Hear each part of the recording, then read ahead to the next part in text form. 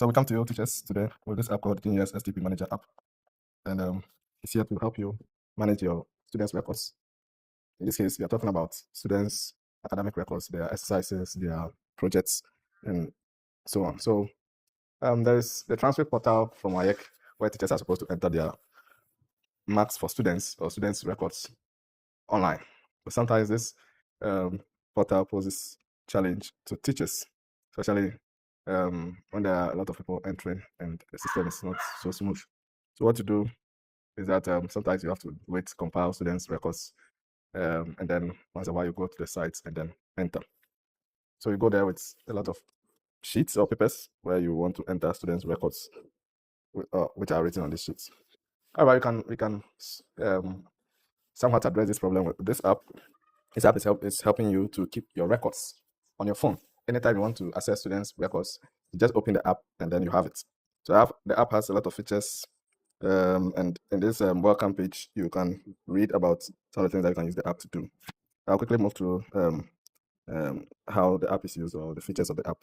So first, you click on Get Started. When you get to Get Started, it opens a school setup page where you enter the school's name. Like for instance, it's Martin's Senior High School. And then what subject do you teach? Sometimes just one subject, sometimes many.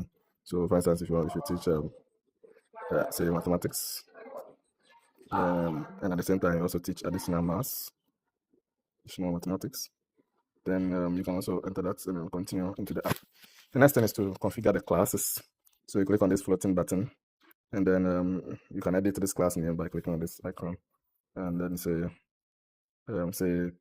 to science 2A. Suppose that you have more classes, so you can add a class to science 2B, and then still maybe you are entering records for mathematics, so you do that. Now, what happens is that the next is to add students' records. I mean, in terms of names, you have to add a database here. You add the names of students so that you can enter their records. So you can add them one after the other by clicking on full name. Say Samuel Chan. The first person. You can enter the person's index number there, but perhaps you don't have the index number. You can leave it blank. That's optional. Then press on the plus button. It automatically assigns index number there, as you see, the system generated index number. All right, you can always edit it and change the index number anytime by clicking on the pencil button.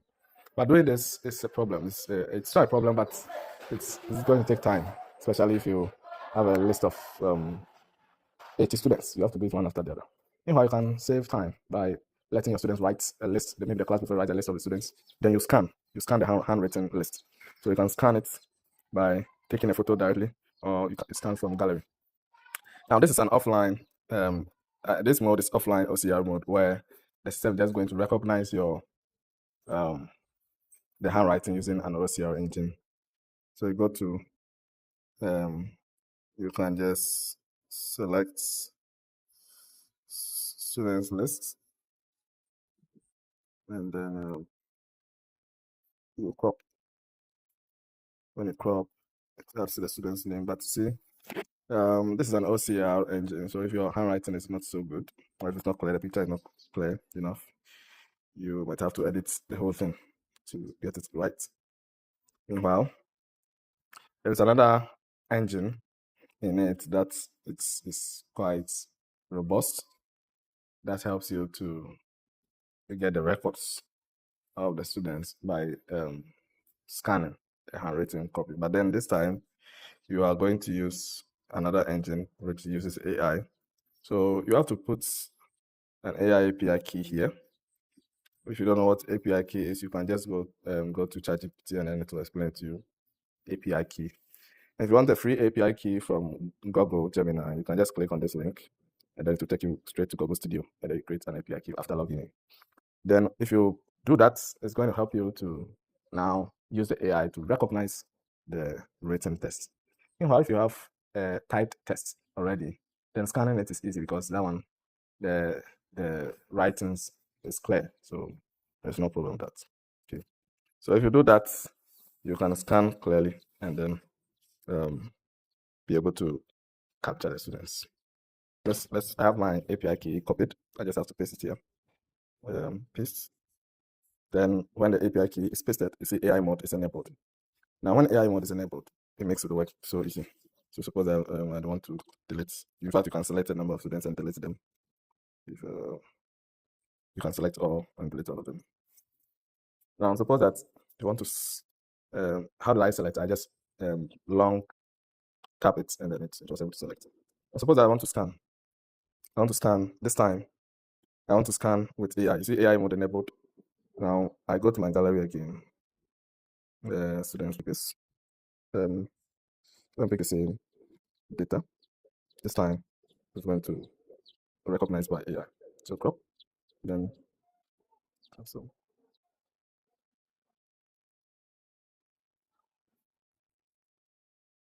So AI has now recognized them, and you see that it was able to do a good job. I mean, you see the names that was scanned earlier. It was not that right, but this time it's good. It might make mistake, but there are minor ones, which you can always change. But this is good. I mean, you can update the list with another scan and it keeps increasing.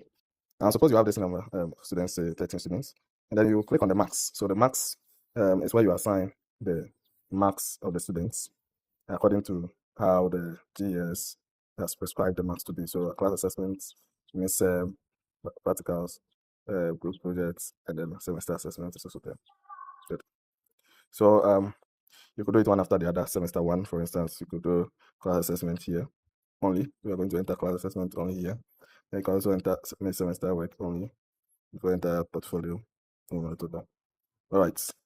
What makes this efficient is that in class assessment, sometimes you do a lot of class works and then you want to sometimes pick the best course. So you can add by clicking actions, add task. So you can add more tasks. For instance, you have given them 5 exercises. You can enter all of them here by adding task 1, task 2, task 3, up to task 5. You can add it. Then when you put it at best score, then it's going to select the best score. But if the mode is, say, it should sum all of them and then scale it to 15, then to do that takes the sum, average it, and then scale it to 15 marks. So that's also that. You could also select the best score out of the 5 tasks, and then you'll be fine. Here you could sort the names, if you will. You want to sort Z from Z to A or A to Z. You can do that here too. Now, you can also do groupings. If you want to assign groups, group works, you could do grouping. The system already has a grouping engine. There's an advanced grouping where you can select the group leaders. Suppose that these 13 students, I want to group them into 3 groups. So each group will have 4 students and one will have 5 students. Okay, so I select 3 leaders. These leaders are going to be, these people are selected are going to be the leaders of these 3 groups. Then I click on randomize. So when I click on randomize, it's going to randomize it and then it's going to create a group for me. Okay, so when you're creating a group, you have to give the groups the purpose for the group. Say you are giving a semester project, so maybe that's the purpose. Groups for semester projects.